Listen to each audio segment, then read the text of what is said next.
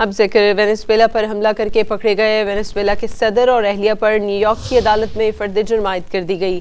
منشیات کی سمگلنگ اور دہشت گردی کے سنگین الزامات عائد مادورو اور سیلیا فلورس نے تمام الزامات رد کر دیے۔ نکولس مادورو نے جج سے مکالمہ کیا کہ وہ وینزویلا کے اب بھی صدر ہیں، گھر سے پکڑ کر لایا گیا ہے۔ جج نے بات کرنے سے روک دیا۔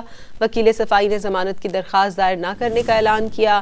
عدالتی کارروائی 17 مارچ تک ملتوی کر دی گئی ہے۔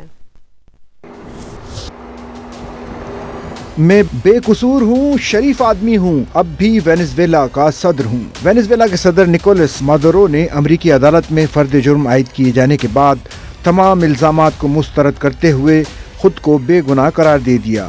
جج کی جانب سے نارکو ٹیررزم سازش سمیت دیگر الزامات پڑھے جانے کے بعد مادورو نے اپنا موقف دیتے ہوئے کہا کہ جن الزامات کا ذکر کیا گیا ہے وہ ان میں سے کسی کے بھی قصوروار نہیں۔ وینزویلا کے صدر مادورو کی اہلیہ سیلیا فلورس نے بھی اپنی فرد جرم کے دوران امریکہ کی جانب سے عائد الزامات کو مسترد کرتے ہوئے خود کو بے قصور قرار دیا ہے۔ نکولس مادورو کے وکیل نے کہا کہ صدر مادورو اس وقت ضمانت کی درخواست نہیں کر رہے، فی الحال ضمانت پر رہائی کے خواہاں نہیں، مستقبل میں ہو سکتے ہیں۔ امریکی جج نے وینزویلا کے معزول صدر کے خلاف جاری مقدمے میں آئندہ سماعت 17 مارچ کو مقرر کر دی ہے۔